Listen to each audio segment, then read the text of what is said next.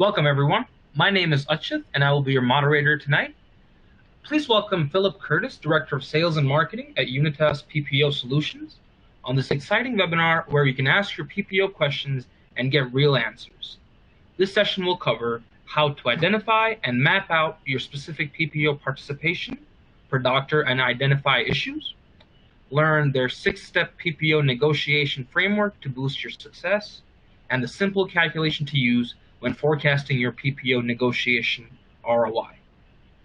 If at any point you have a question during the webinar, please type it into the box labeled "Have a Question," and we will conduct a live Q&A at the end of the webinar. To talk with other attendees, navigate to your control panel at the bottom of your screen and click the chat icon. Henry Schein is not offering CE credit for viewing or attending this presentation, live or on demand. Welcome, Philip. Awesome. Thank you, Akshut. It's great to be here. I'm excited to get started today. Like he mentioned, we're talking about some pretty exciting topics today, mainly PPO negotiations, which I know has been a hot button topic for quite some time. But more specifically, we're going to really just jump into how to increase your actual reimbursements without becoming a PPO insurance expert. So we're going to dive into that today. But before I do that, I just want to introduce myself. Like Akshut mentioned, my name is Philip Curtis. I'm the Director of Sales and Marketing here at Unitas Dental. I've been working here for about 8 years. Here's my contact information. If you have any questions throughout the presentation that I'm unable to answer, or if you want to chat afterwards, feel free to shoot me an email. So go ahead and write that down if you need it. But let's jump into a little bit of introduction into why Unitas is even having this conversation to begin with. So we've been helping dental practices since 2011 to negotiate and optimize their reimbursement rates and also get credentialed with insurances.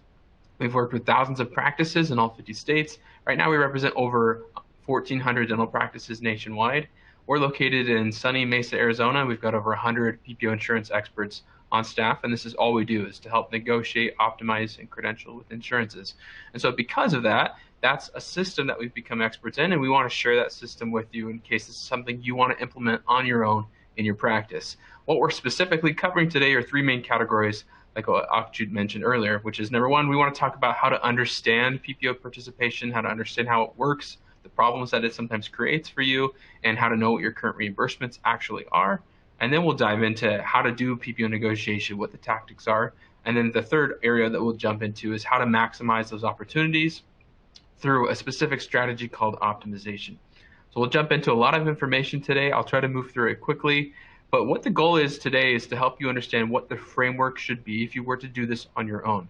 So if you want to download a step-by-step breakdown of what I'm going to go over today in kind of a note format that you can print out and actually use as a worksheet to follow along, or you can use it as kind of a framework or a guidebook, however you want to call it, to actually implement the steps on your own in your practice, you can go ahead and download that instead of having to take copious notes today and worrying about a replay or anything like that. We have this guide. It's free. It's basically a printout of the slides I'm going to give you today, but in more of a worksheet format. So if you go to www.ppoguide.com, you can go ahead and put in your name and email and download that guide right now. If you're sitting at a printer, you can print it out and follow along if you want to.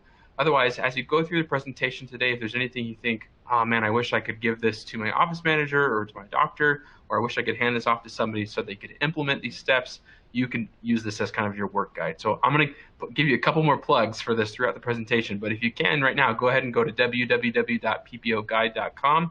That's going to be the framework of the presentation we're going to give you today. Now the real question, what most people ask is, well, why is Unitas even explaining this when I know this is something you guys do? Well, the main reason is because there's way more practices that want to work with us than we can, and there's a lot of practices that want to do this on their own.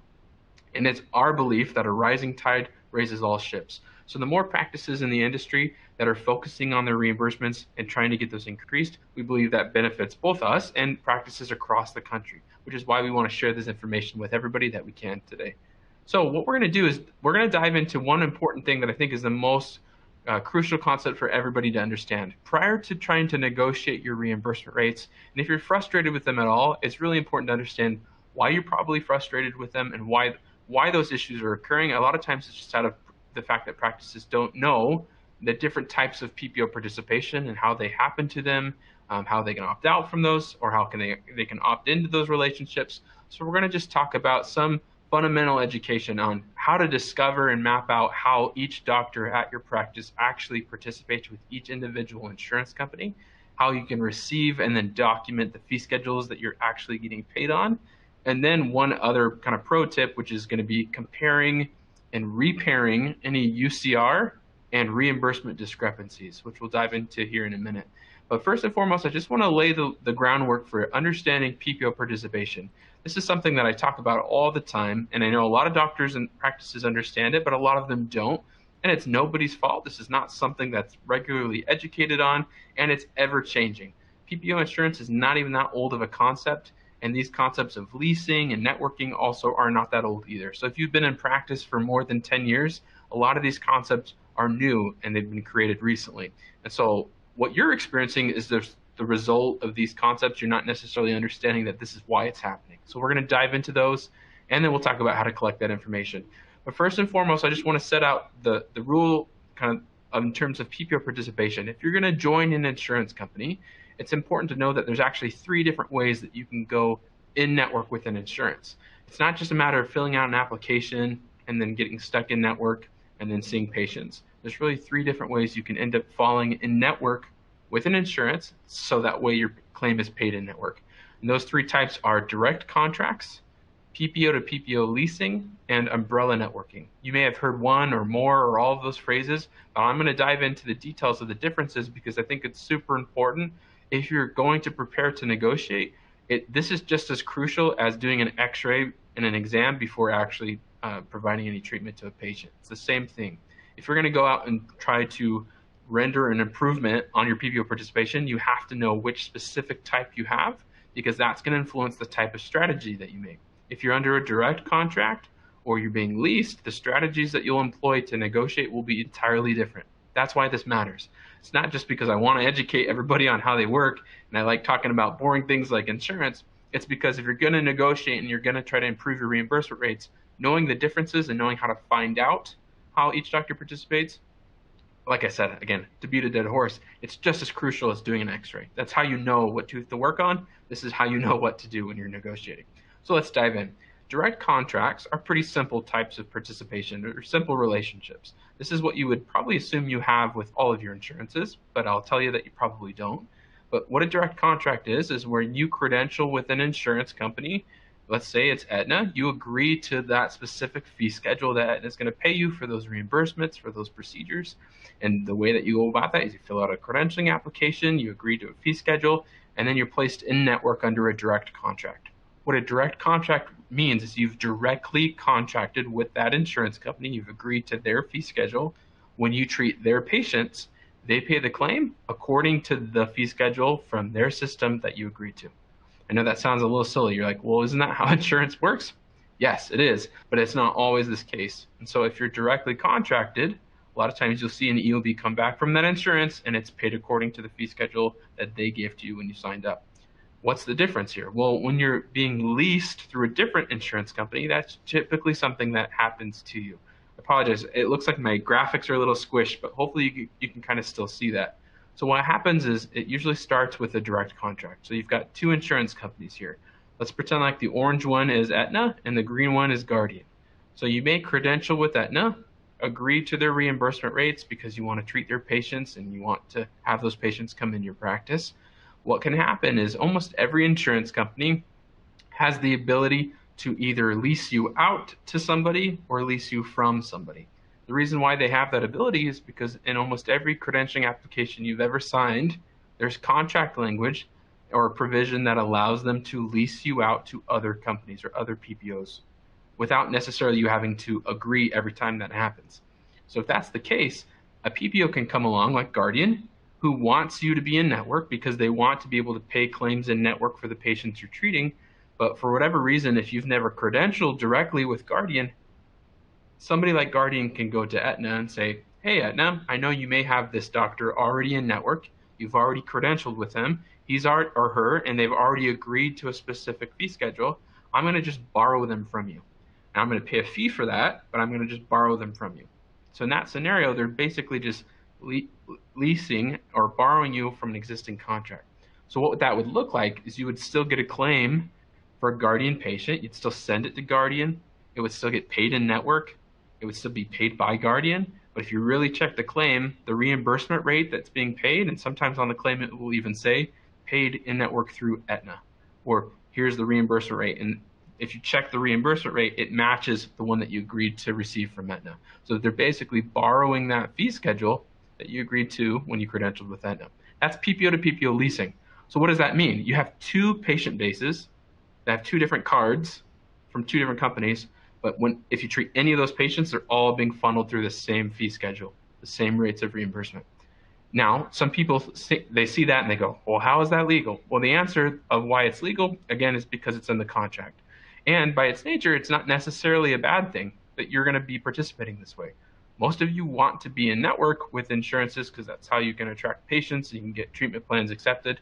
But a lot of doctors will look at that and say, well, if I didn't want to participate with somebody like Guardian, now I have, and I didn't ever know that was going to happen. And so it can be frustrating if you were intentionally out of network with an insurance for whatever reason, and then all of a sudden the claims start being paid in network, and you're wondering, how did that happen? I never credentialed. This is usually why. And so you can typically opt out of these relationships, and we'll talk about that here in a couple of minutes, how you can opt out and if you want to, and the strategies behind doing that or not doing that. But that's why I want to reiterate that the emphasis here on PPO to PPO leasing is it happens to you. A lot of times it's not something that you choose. Umbrella networking is kind of like the same thing. Umbrella networks really act like a middleman. They're kind of like those leasing options, but really all they ever do is lease. So companies like Carrington and Dynamax and Zealous are umbrella networks. What they do is they have their own set of fee schedules that if you credential with the umbrella, you agree to those reimbursements, and then that umbrella can turn around and fire your information out to multiple insurances that they've created a relationship with, and then they'll start to pick you up in network through this new middleman, which is the umbrella, or also known as a third-party administrator. So in this graphic, you can see, oh, there's 3 PPOs, so what if that was MetLife and Cigna and Aetna all being funneled through an umbrella-like connection? Well, what would that mean? Well, all of those PPOs are still going to pay my claim.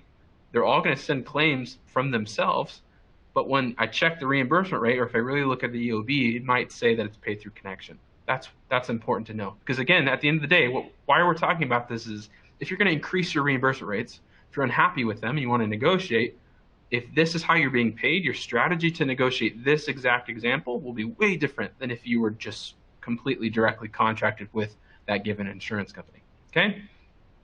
That's the point I've just been trying to make, which is understanding how you participate will tell you what needs to be done or who to even approach when you're negotiating and optimizing. Now, when you're trying to receive and document your fee schedule reimbursements, it's going to be very similar to the same way that you would find out how you participate. So let me click backwards because I know I skipped over this. But if you're trying to figure out how each of your doctors participate, then you'll start by calling provider relations. If you have a specific representative that you've worked with before, sometimes that's the fastest way to get your answer. But what you want to understand is that participation follows the doctor per location. So what you'll do is you'll contact provider relations. You'll use a spreadsheet to collect this info, so that way you're making sure that you know Dr. Smith, Dr. Bob, and Dr. Sammy at this location, this is how they participate with Aetna, and this is how they participate with Guardian, this is how they participate. So what you'll do is you'll call and you ask, how is my doctor participating with you? And they should be able to answer one of those 3 ways. Either he or she is out of network, or if they're in network, they should be able to tell you, are they directly contracted? Are they being leased through a specific insurance? Or are they under an umbrella network like Connection or Zealous or Carrington? At the same time, they should be able to tell you the effective date of when that happened, and then also give you a copy of the fee schedule that coincides with how you participate. Now, if you find out you call Guardian and Guardian says, yes, we have the doctor in network, but he's in network under Aetna, you're going to have to go call Aetna to get Aetna's fee schedule because that's the fee schedule that they're paying on. Okay? So that's how you collect that information. I know that seems like that's pretty self-explanatory, but the important information is to know what you're asking for, which is how is my doctor participating? I don't care that they're just in network or out of network. You want to say, I know that they're in network. I want to know how they're in network. Are they directly contracted? Are they in network through a leasing arrangement? Or are they in network through an umbrella? That's the important piece of information we're looking for. When we're talking about fee schedules, receiving and documenting your actual fee schedule reimbursements, again, is crucial as well. This is kind of like actually looking at the x-ray so you know exactly which tooth it is. When you're looking at the fee schedule reimbursements, it's going to tell you what you're supposed to be paid. And again, if you're unhappy with those reimbursements, you can put them into a spreadsheet and understand how low they are in comparison to your other insurance companies. So it's the same thing. And in the same phone call, you should be able to call provider relations or check your portal or email them to get a copy of your current fee schedule per doctor, per location, per participation type, okay?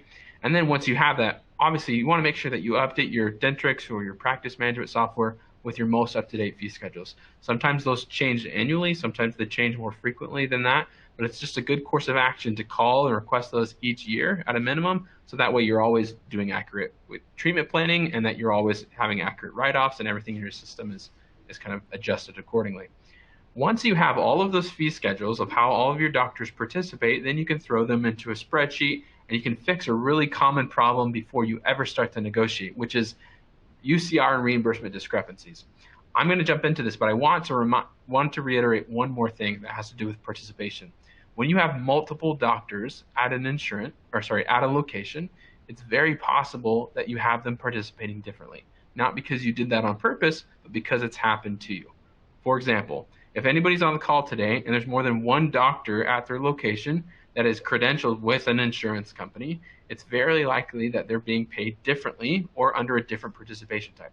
For example, Dr. John and Dr. Bob could be an owner and associate, both have been credentialed with Cigna, or both of them have been credentialed with Guardian at some point in time, but then when you go back and you make these phone calls, you'll very likely find that with at least one or more of your insurances, if you have multiple doctors, Dr. John may be in network directly, and Dr. Bob may be leased through another PPO. Why does that matter? That means that if you treated the same patient, they would get paid different amounts on different fee schedules. Let me repeat that. So why that matters, and if this has ever happened where you've treated the same patient and gotten paid different reimbursements, it's probably because the rendering provider is different, which would indicate that they're separately set up in the system, meaning that Dr. Bob gets paid under Aetna's fee schedule for an Aetna patient, and Dr. John is paid under Guardian's fee schedule for an Aetna patient. So they're treating the same patient, but they're paid under different fee schedules. This is how you find out that that's happening. Obviously, that's not ideal. You would never want a scenario where two doctors, especially from the same specialty type, treat the same human being and they're paid two different amounts, right? That's the type of problem that you'd want to fix in the midst of your negotiations is, how do I make sure my doctors are participating the same so they're paid the same reimbursement rate? If that's happening, you'll discover that as you're making these calls and logging it into a spreadsheet. And you want to ask your question per doctor at each location. Even if that doctor works at multiple locations, it can get even worse. So imagine Dr. Bob, you have two locations, and he's in network at this location and at this location. Let's say that they're all under the same tax ID. It's still possible that the same human being, the same doctor, with the same NPI number, even if his offices are next door to each other, it's possible that here he's paid through a direct contract and here he's leased. We see that happen all the time. And so that's why when you're gathering participation, per doctor, per location, it matters that you document and that you ask that, so that way you know. Because if you're trying to negotiate, again, the participation follows the doctor and the location. So you want to understand, is there discrepancies? How can I get them the same and onto a better fee schedule? So you're trying to kill two birds with one stone.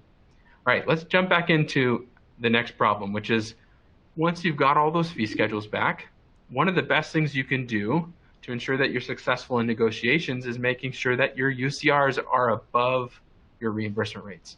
So what do I mean by that? Well, if any of your UCRs, or also known as your office fees, so your sticker prices for your procedures, are below what a PPO or an insurance would on average be willing to reimburse, you're more than likely never going to get paid that reimbursement rate. And especially when you negotiate, they're more than likely not going to come up very much or at all because you're already under the market rate.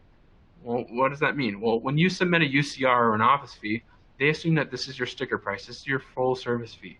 A PPO is going to take and set their fee schedule as a discounted rate off of that UCR. You're never going to get 100% of your UCR typically from a PPO. They want to be able to show a discount, and either the remaining portion is remitted by the patient or it's just a discount in total. That's the whole value proposition of an insurance company. And so if you come to the table and you say, my pro fee is $85, and the PPO says, we've been paying $100, well, we're definitely not going to pay you $100 because you already said the ceiling's $85. We're going to pay you $60. So a good way to shoot yourself in the foot when you're negotiating is to continue to submit really low UCRs that are way lower than where they should be. So how do you figure out if that's happening to you or not? One of the best ways you can do it is just use your own fee schedules to compare. And unless you do this analysis, you wouldn't really notice it until you check it. So what you'll do is you'll collect all these fee schedules from the insurance companies. You'll enter these fee schedules into a spreadsheet. What you'll do is you can just start with your most popular procedures. You don't have to enter the whole fee schedule in. You can start with your top 20 to 35 most popular procedures. And I'll show you here in a couple minutes how you'll find out what those are. But imagine a very simple spreadsheet where you plug in what your UCR is for your top main procedure codes, and then you start to look up each fee schedule for Aetna and Cigna and Delta and Guardian. You start plugging them in. This is what I'm getting paid for each of these procedures. Then you can just look horizontally across and say, are any of these fee schedules above what my UCR is? And if that's the case, I need to raise my UCR, because what that means is I'm more than likely never getting paid this full reimbursement rate, because they're never going to pay above what I'm submitting for my UCR. Okay, so that's one thing that you can fix. So when you're going to need to raise the UCRs, typically you'll want to raise them above what the reimbursement rate is. No UCR should ever be below your highest reimbursing PPO fee schedule.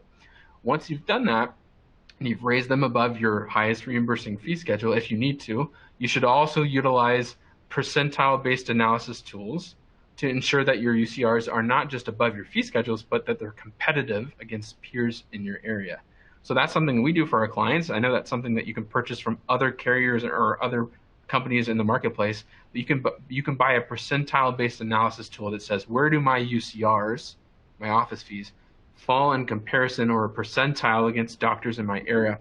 So that way, not only do I know I'm above a reimbursement, but I know that I'm competitive in comparison to my peers. That's another category that you want to take into account. How competitively priced am I? If I'm on the super low range for my area, the likelihood that I'm going to get good reimbursements and good opportunity to negotiate is that much lower. What we know is that high UCRs correlate to high reimbursements and vice versa. Low UCRs correlate to low reimbursements. So a lot of the repairing that you can do is on your own UCRs. Okay? All right, one more plug for this. I know this is a ton of information, but everything I just went over is available to you in this free guide. You go to www.ppoguide.com. You can download exactly what I'm going over today. So if you're taking notes and thinking through all the things that you want to do to negotiate, these are the steps. This is the exact framework that we go through with our clients. So this isn't just some random list. This is what we've been doing for 10 years that we've perfected. So if you want to implement this on your own and you want to negotiate, these are the steps that you're going to need to take. So you can download that guide right now. All right, let's move on to number 2, which is typically your most excited part about it, which is what are the actual tactics that you can use? Who do you talk to? What do you say when you're going to negotiate with an insurance company? So if you're going to actually attempt to negotiate your reimbursement rates, what are the things that you should know? What should you say? Who should you talk to? That's the stuff we're going to go over next. In the meantime, I'll just put one more plug in. If you have questions throughout the presentation, feel free to use the Q&A box down below. I know that there's probably a ton of questions coming up. We'll get to that at the end. We'll have a Q&A session, so feel free to fill those out if you have them, and me and Achut will go through those towards the end of the presentation today. But let's move on to step number 2. So what are the top PPO negotiation tactics? Well, there's really 3 that we want to focus on today, which is number 1, you want to make sure that you're not wasting time on the wrong procedures. Second one is going to be how to approach the negotiation process, who to talk to and what to say. And then the third one is going to be if you get an offer back from an insurance company, how do you actually compare that offer that you received from your PPOs and actually make an educated decision on it? So let's jump into the first topic, which is how do you make sure that you're not wasting time? So if you're going to go through this process on your own to negotiate, you want to make sure that you're getting the best return on your investment and that you're not looking at the wrong things and making bad decisions based off of the wrong pieces of data. So what you want to do is make sure that you're focusing on the procedures that actually generate production for your practice. How do you do that? Well, most every practice management software has the ability to export an annual production summary. Those reports are typically standard in every practice management software. I know it comes out of almost all of them very easily. What it's going to tell you is it will tell you over the course of 12 months which specific procedures by CDT code you've done, how many times you've done them in that given year, and what production you've generated from them. So ensure that report lists out those 3 things: CDT code, quantity of those performed, and the production generated. What you'll want to do is if it comes out in an Excel file, great. If it doesn't, you're going to have to do some data entry, but you want that to end up in a spreadsheet. Once it ends up in a spreadsheet in those 3 columns, you can sort your procedures. You can sort it by highest grossing production. So you take all that, and in a spreadsheet, you sort it by the highest grossing amount to the lowest grossing amount. then you're going to be able to identify your top 20 to 35 grossing procedure codes. If you start to look at those CDT codes and look at the descriptions, you'll recognize and be like, yeah, I do a lot of those. I do a lot of crowns. I do a lot of prophies and other specific codes. Now, some practices think, well, isn't it always the same amount? For the 80% of those, probably pretty similar for the specialty that you reside in. But the last 10 to 15% or 20% of those codes are going to be unique to your practice, unique to your demographic. So maybe you do a lot of dentures, or maybe you do a lot of sleep apnea, or maybe you do a lot of orthodontia on the side, whatever that is. Focus in on what those procedure codes are, because in the last example, when I was talking about repairing your UCR discrepancies, instead of looking at all of them and you want to look at the procedures that matter, that's how you find that out. Is you're going to sort those and you're going to use those in all the future reports that I'm going to tell you today. The main 20 to 35 procedure codes, in our experience, usually makes up 90 to 95% of all of your revenue. Boils down to 30 to 35 specific CDT codes. And so when you're negotiating, you're evaluating offers, those are the ones that move the needle. Those are the ones that matter the most. It's not that you should ignore other ones. It's not that you should turn a blind eye to them, but when you're evaluating offers and trying to weigh pros and cons of specific fee schedules you've gotten, then that really helps to know how, not only that it's an important one, but how frequently you do it and if it's one of your top 30 to 35. Okay? So that's how you make sure you don't waste time on the wrong procedures. If you end up negotiating and getting an offer back from an insurance company and you get a $600 increase on a specific procedure code, that's awesome, but you need to take that into account when you realize how frequently you do that specific procedure, especially if the offer comes back and there's a drop in another one of your reimbursements, which we'll talk about here in a minute. Okay? So approaching the PPO negotiation process comes down to a couple things: knowing who to talk to, saying the right things, and being pretty persistent. When you approach the PPO negotiation process, you got to know that there's a couple of innate rules to the game. Number one, most insurances won't consider negotiating unless it's been about 2 to 3 years, either since you most recently negotiated or since you joined and credentialed with that insurance company. Okay? So if it's been 2 to 3 years since the first participation existed at this location, then you're typically due, or at least they'll be willing to negotiate with you. Where you can start is you can start by reaching out to provider relations. Like I said before, if you have a specific insurance rep that you've worked with before, that's probably going to be your best bet. What you can do is you can reach out again by phone or by email and request what's called a fee schedule increase. Typically, that's going to get the best response, saying, hey, we're unhappy with our fee schedule. We'd like to request a fee schedule increase. Doesn't mean that every PPO is going to respond to you. Doesn't mean that every time they're going to want to negotiate or will be willing to negotiate. But again, starting with provider relations or any rep that you have contact with is going to be your best bet. When you are reaching out, instead of wasting your time reaching out to insurances that might not respond to you, one of the most important things to realize is that you should pay attention to the PPO participation that we gathered in step 1. If you're reaching out and you find out when you're gathering your participation that for Guardian patients, you're actually in network with Guardian through Aetna, then you shouldn't necessarily be reaching out to Guardian to negotiate. You should be reaching out to Aetna to negotiate, because Aetna's fee schedule is the fee schedule that's being paid on.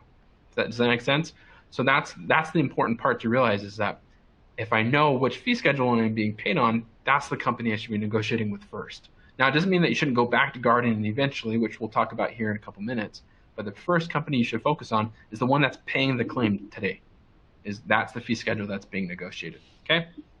So that's how you approach that negotiation process. If you get an offer back from an insurance company and they say, sure, we'd like to negotiate with you, here's the offer that we're willing to pay, using those previous steps we identified before, identify those top 35 procedure codes that have the highest quantity and the highest revenue, and then again, go back to that same spreadsheet where you've been entering this data in, create a new tab, and start to compare your current fee schedules versus the new fee schedule. So what you want to do is say, all right, what are my top procedure codes? What's my UCR? What am I being paid for these procedures right now? So the fee schedules I collected at the beginning of what I'm being paid today, I'm going to plug those in. And then if they're offering me a new fee schedule, plug in the new rates and then do the math and figure out, is this an increase? Is this a decrease? Is it the same? To analyze and figure out how much of a percentage increase is this overall. Is it an overall percentage increase? Is it kind of a wash? Does it not really go up that much? But then at the same time, you'll want to plug in, how frequently am I doing these procedures on an annual basis? Okay? You want to pay attention to annual frequency when you're evaluating those offers, because a lot of times when you negotiate with an insurance, sometimes they'll come back and increase a couple of procedures, but also decrease a couple of procedures.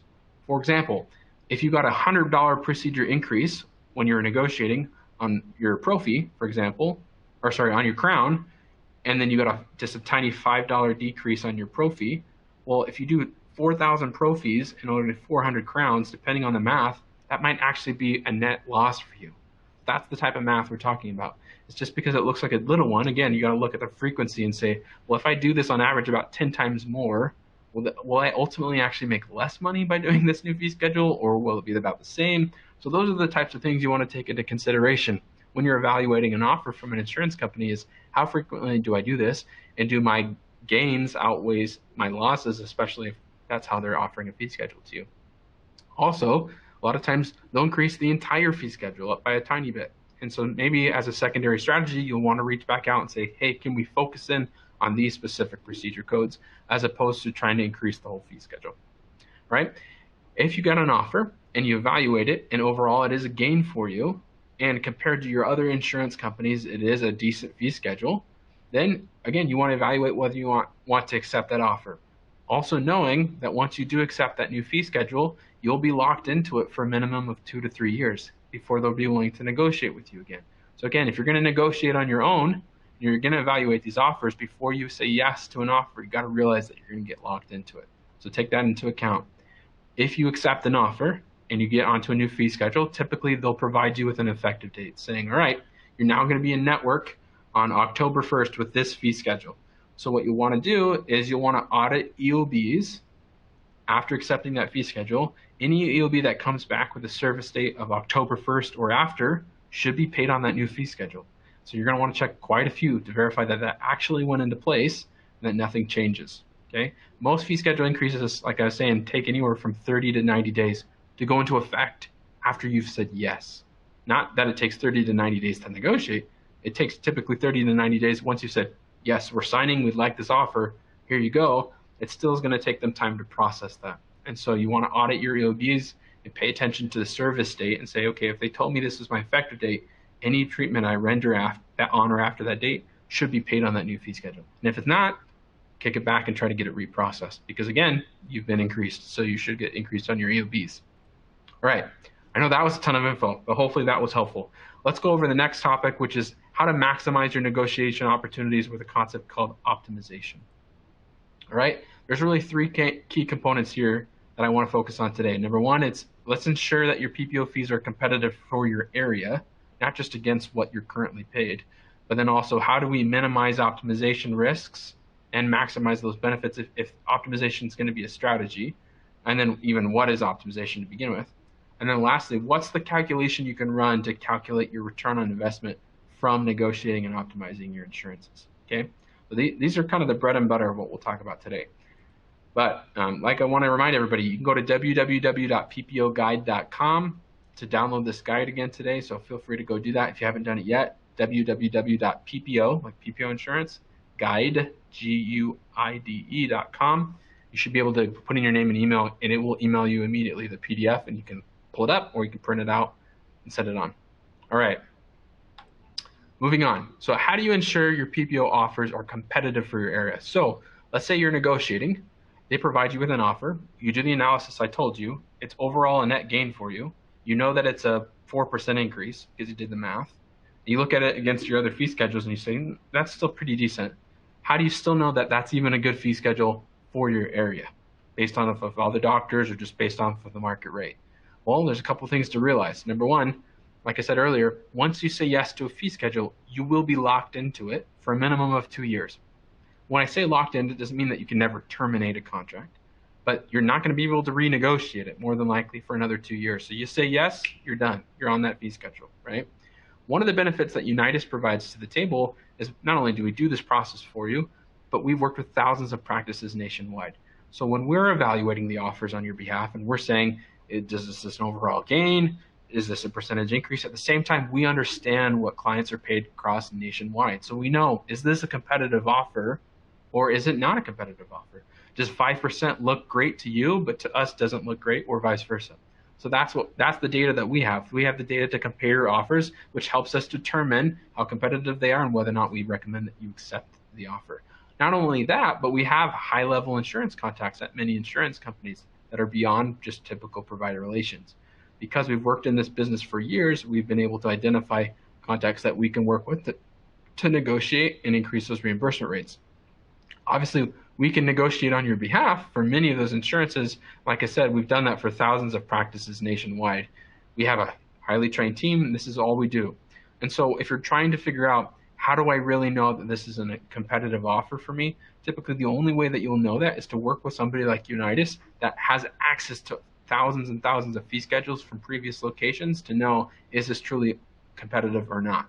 Now, the advantage that we bring to the table is not only do we work with thousands of clients, but we sign confidentiality agreements with you and with insurance companies. There's never going to be a situation where we're going to go into our system and pull out fee schedules and start showing you fee schedules from other doctors. We won't do that. That's against the regulations and the compliance and the documents that we signed with insurance companies, and that's fee sharing. That's something that you can't do either.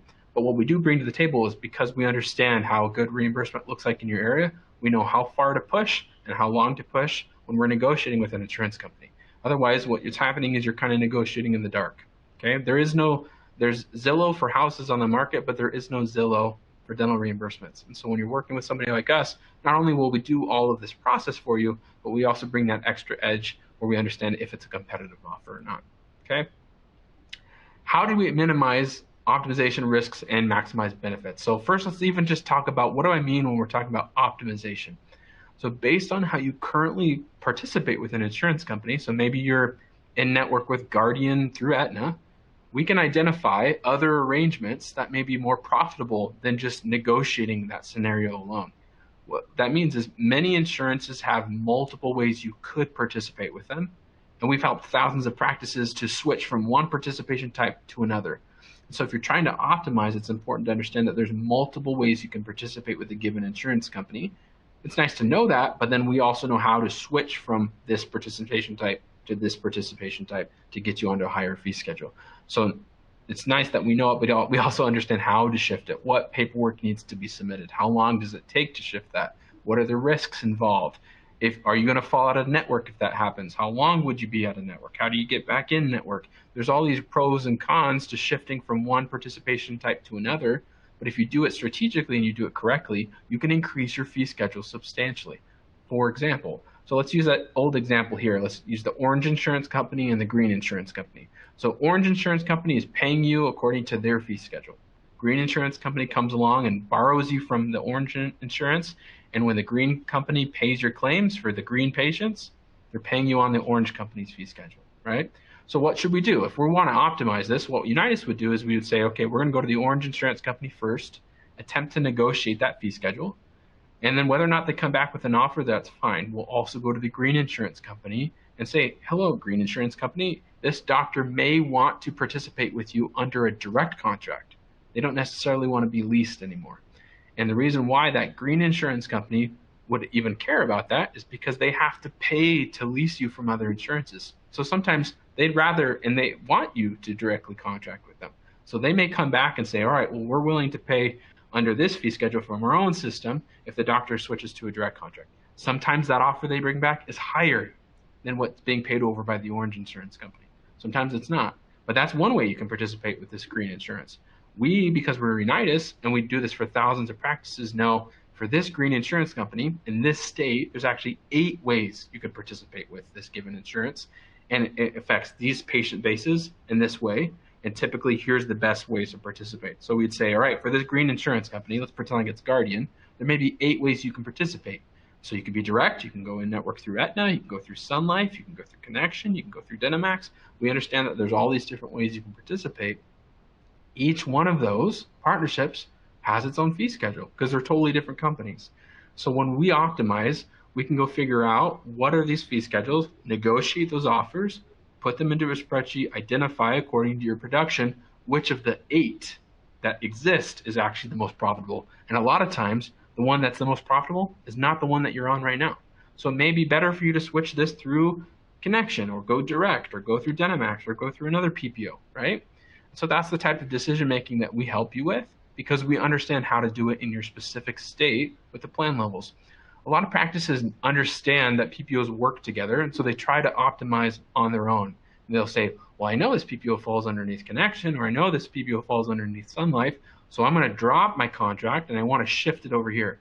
The risk with doing optimization on your own is if you don't do it thousands of times a year, you don't know what paperwork has to go in, how to time it, so that way you're not sitting out of network either forever or for a long period of time, especially if you do it wrong. So if you drop a contract and you're not already in network here, you're going to drop out of network. And that could happen for a long period of time, which is not what you want, because then it will take off your patients. Or maybe not only does it not put you out of network, but it just shifts you to another PPO. So you may be saying, I want to move from this insurance to being paid through this insurance. And because you send in the paperwork at the wrong order, it actually drops you to a third insurance company, one that you never wanted to get on. And it was even worse than your original contract. So you may want to go from Guardian Direct to Guardian through Connection, but you end up under Guardian through Sun Life. And if that fee schedule is worse than Guardian, you just made it worse, didn't even make it better.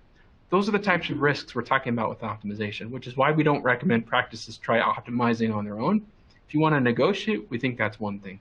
If you want to optimize your contracts, that's where we typically recommend you work with somebody that understands how to optimize. So obviously that's something that Unitas does. That's a benefit. When you're optimizing, you got to understand the risks, but there's also a ton of benefits. You can increase your fee schedule substantially when you're optimizing because it's a totally different strategy than just going to an insurance and negotiating. So ultimately, what matters most is you asking the question, how do I calculate this return on my investment? If I'm going to do this for my practice, or if Unitas is going to do it, how do I know it's even worth doing it all? How do I know it's even going to get any return for me, whether I'm expending the effort or I'm having Unitas or somebody else expend the effort? Well, for us, one of the things we do is obviously we track our results. So for the last 10 years, we've implemented this plan and this structure framework thousands of times for dentists across the country. We've helped kind of pioneer representation for dentists in this area of the business. So we project your return on investment based off of our average results. So again, to be clear, these projections are based off of when we work for a client because we track our own results and we know what our averages are. And so your projected return on investment can vary. This is based off of average numbers. This isn't a guarantee of actual revenue, but this is how we project it when we're talking to somebody that may want to work with us. It all comes down to two numbers. There's what we control, and then there's what you control. What you control is how much production you do per year, per patient, right? What we control is how much did we increase the fee schedule. And so for us, our average increase is around 10% for an average customer. Our below average is around 4%, and above average is around 18%. But if you have the average experience at a 10% increase, how do we translate that into how much revenue that actually makes you? Well, it depends on what you control, so your production. Most of our practices that are one location, one provider, typically do about $1 million a year in production. In our experience, usually at least half of that production comes from insurances that we end up improving, whether we negotiate or we optimize. So if you say for every $1 million in production, half of that comes from PPOs that end up being increased by Unitas' efforts, then we're really talking about $500,000 in production. Well, if we increase it by an average of 10%, that's where that math gets really easy. That's a $50,000 protected return on investment. If it's 4%, it's $20,000. If it's above that at 18%, that's $90,000. Again, that's based off of looking at your production, cutting it in half conservatively, and giving an average increase. What you'll see though is here's some case studies. We've done this for practices nationwide. So for Dr. Morgan in North Carolina, we got him a $64,000 increase from negotiating and optimizing. Dr. Baker, it was $79,000 increase from 5 insurances that we negotiated and 3 that we optimized. And then Dr. Young in Florida, we negotiated 7 PPO contracts and 4 optimizations for over $100,000 in projected revenue. Again, these are projections. They're not a guarantee of actual revenue for your specific practice, but these are real case studies of practices that we've done this for. And so that's what I'm reiterating today, is to understand that if you want to negotiate on your own, practices can. We recommend that you do. We want everybody in the country to be focusing on their reimbursements. We think it's something that's important. If you want to gather your participation and negotiate on your own, that's something that a practice can do. The steps are very simple. You just have to understand how you participate and ask and work with those insurance companies. So I just want to reiterate the final steps today, which is number 1, you got to understand how you participate. You got to know what your fee schedules are. You got to discover and document that participation status with each company and collect each fee schedule per doctor, per location, so you know where you're starting. And then tactfully approach the negotiation process. Ensure that you don't waste time on the wrong procedures. Make sure that you know who you should be talking to, right? Ask for a fee schedule increase. Understand how to compare an increase versus a decrease and make sure that overall it's a gain for you. And then lastly, understand that there's ways to maximize it even further through what's called optimization. Now, in that scenario, we recommend that you would partner with a PPO expert like Unitas to explore additional ways that you can continue to get higher reimbursements and maximize participating with insurances. But I know that's a ton of information. I've been going for about 45 minutes, so I know that everybody's kind of feeling like, holy smokes, Phil, you're talking way too fast. That's a ton of info. But I just want to remind everybody that, again, we have this free available to you because we passionately believe that every practice should implement this. Whether or not you work with us, we would love to work with you. But if you want to try this on your own, there's a framework here, and we're giving it out for free because we want you to be able to implement it. So go to ppoguide.com. Make sure you put www.ppoguide. You can go download that now.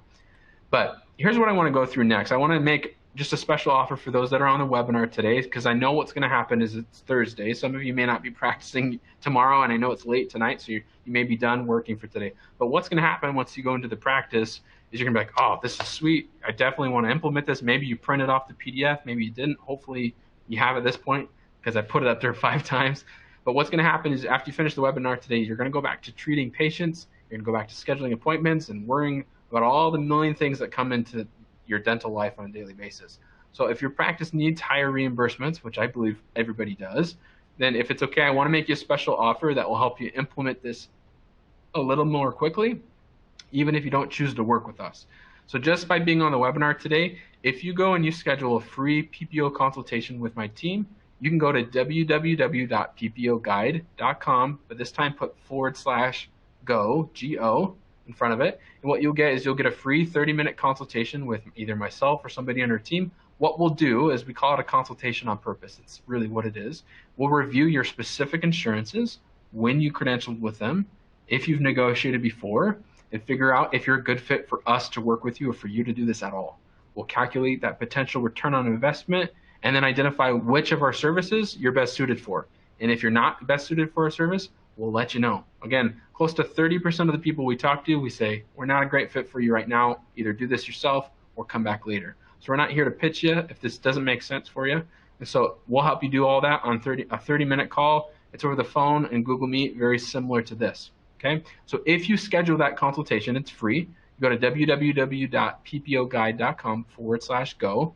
Then the special offer I'm making to you today is if you go through that specific link and you schedule that consultation and complete it with us, just to hear whether or not we're a good fit for you, we'll give you these 3 bonuses. What these bonuses will do is they'll help you actually implement these steps if you want to on your own that much more quickly. If you work with us, they'll still be super helpful resources. Number 1, what I'm going to give you is the PPO Provider Relations Master Contact List. So for us, we make hundreds, if not thousands, of phone calls to insurances every month. So if you want our master contact list for the exact provider relations phone numbers for every insurance company, from all the major ones to all the Blue Crosses to all the Deltas, if you want to save yourself hours of sitting on hold because you called the wrong number, and if you want to collect your own PPO participation way faster, we can give you this provider relations master contact list. That's easily a $200 value. We're giving that to you absolutely free. If you schedule and complete this consultation, we'll give you a copy of that. Even if you end up working with us, that will save anybody in your front office tons of time because they're spending their time calling insurance companies all the time, and they'll be able to call the right answer, the right number, and get the right answer. Second thing we're going to give you is our e-guide, which is 35 common insurance problems and how to avoid them. After 10 years of working in the industry and working with thousands of practices, we've compiled the top PPO solutions to our most commonly asked PPO problems or questions. A lot of practices come to us because we work in the realm of negotiations. They come to us with a ton of questions about insurance, most of which we don't solve, but we can go find the answer for it.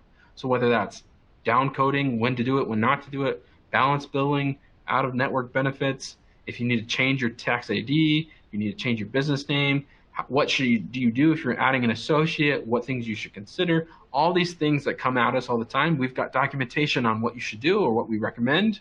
And so we've taken that library of documentation and put it into this ebook, easily a $300 value that we could sell to you. But again, you're going to get this absolutely free. All you have to do is schedule that call. So if you go to www.ppoguide.com/go, if you're still in the presentation with me today, And then again, that's a huge benefit to you for scheduling and completing that consultation. In addition to finding out if we can help you, you'll get that e-guide, which is literally thousands upon thousands of hours of our time trying to figure out these answers. And it's here in this e-guide for you. The last thing is going to be super helpful because I built this for you myself. What this is, it's a fee schedule analysis tool. At the beginning in steps 1 and 2, we talked about plugging in your fee schedules and plugging in your UCRs and making a spreadsheet. And if you're like most people, you're like, I don't want to build a spreadsheet. I don't have to deal with all of that. And so what I've done is I've created and I've taken the actual template that we use internally and I've given it in a shareable format so you can download it into Excel or you can put it into your Google Sheet account. This is the same tool we use to analyze our clients' UCRs and their PPO fee schedules. So if you want to figure out, are my UCRs priced too low versus my insurances? How do my reimbursement rates compare to each other? What is my highest reimbursing PPO versus my lowest?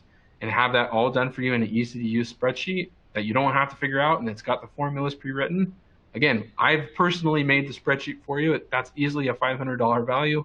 You get that absolutely for free as well. So again, even if you talk to us and you end up working with us, these bonuses are still super valuable to you because you'll be able to use these. And then if you don't work with us, this will help you accomplish this task and this project on your own that much more quickly. So if you've sat on the webinar and you're serious about implementing this, at least give us the chance to explain why we think we could help you. And if not, then you've got these tools to benefit you to implement it on your own. So you've got not much to lose there. So if you go to www.ppoguide.com/go, you can download, you can schedule a consultation with us and it will be super easy. So again, just to recap, all the things you're going to get is the consultation, the guide, the provider relations contact list, and the fee schedule analysis tool. All of that, over $1,000 of value, you're getting that absolutely for free, just scheduling a consultation with us today. Now, I know that was a ton of info, but hopefully that's been helpful for you guys for staying on, so we can give you that valuable tool if you'll speak with us. Otherwise, I hope that you at least download the PPO guide so you can go implement these steps on your own. But now what I want to do is I see we have quite a few Q&As in here. So Akshay, if you want to go through these, we can go through these together. I'm happy to read through these and kind of answer these as we go through it, but it's up to you. Yeah, definitely, Philip. I'll start reading the questions out to you. Our Sweet. first question is from Shalise. She wanted to know, should the same steps be taken for an orthodontic office? Absolutely. So a lot of times with an orthodontic office, some insurances may have you on a specialist fee schedule. Some of them may have you actually on a general fee schedule. But what you'll still want to do is understand how you participate, attempt to negotiate, and attempt to optimize. Steps should still be the same. And if anything, what it's going to do is it's going to help you focus in on those specific orthodontic procedures. So that way when you're attempting to negotiate and optimize, you're just focusing that much more in on specific and a smaller range of codes. So the short answer is absolutely yes, you should. Thank you, Philip. And as a reminder for our audience, if they have any questions, please type it into the box labeled "Have a Question," and we'll address them right now.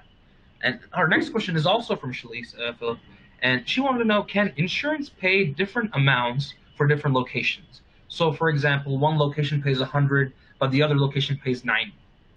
Oh, 100%. So that's kind of what I was talking about at the beginning, where the reason why is participation follows the doctor and the location per insurance company. So, Shalise, even if you've got two locations and they're totally two different, like orthodontic practice, one's GP, one's orthodontics, they're both orthodontics, doesn't matter. These could be the same person, they could be the different person, it doesn't matter, right? The participation can be different. And so if it can be different and it's getting paid differently, that's why. So imagine Dr. Smith works here, he's credentialed under a direct contract, he gets paid $100 under that specific fee schedule. Dr. John could literally go work at this other location, but in order to do that, he still has to credential. And so when he's credentialed, he could get still set up under a different fee schedule, or he could be leased, or he could be under an umbrella. Any of those scenarios would ensure that he's paid a different reimbursement rate. So 100%, the answer is yes. It happens all the time. We see it all the time. But that can be super frustrating, especially if you have a patient bouncing back and forth, or even if it's just Dr. John going, if I'm in, Santa Barbara today or San Diego tomorrow, and I'm literally paid two different amounts, that just makes no sense to me. So again, they got to understand that fee schedules can sometimes follow the geographic location, but if it's fundamentally different, it's typically because he may participate differently here than he does here.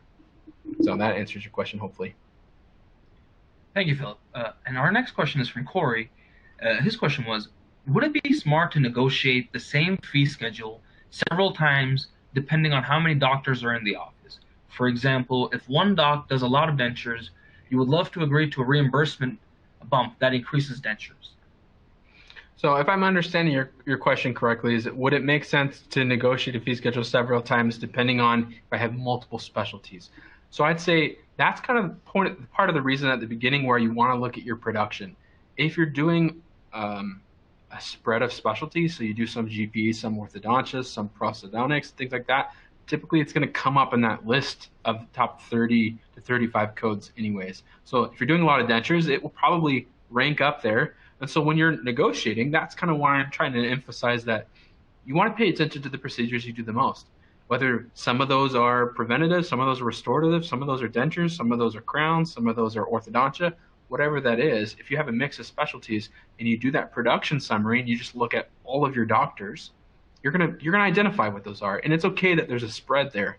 And so when you're negotiating, like I said, a lot of times the PPO will take the entire fee schedule, which will have all 950 CDT codes on it that vary from restorative down to orthodontia down to sleep apnea. And they may take the whole thing and bump it up a tiny bit.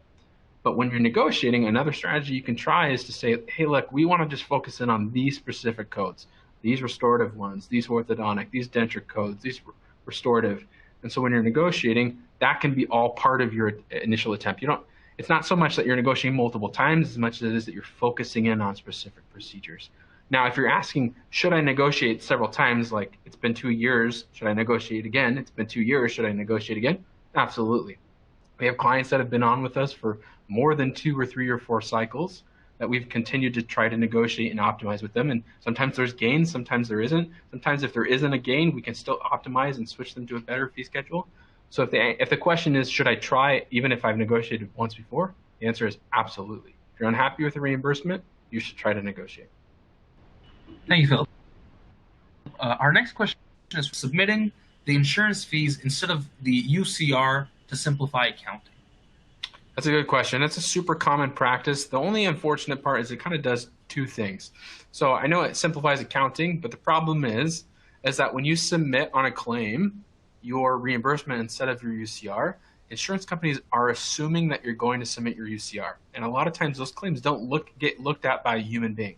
It's getting looked at by a computer.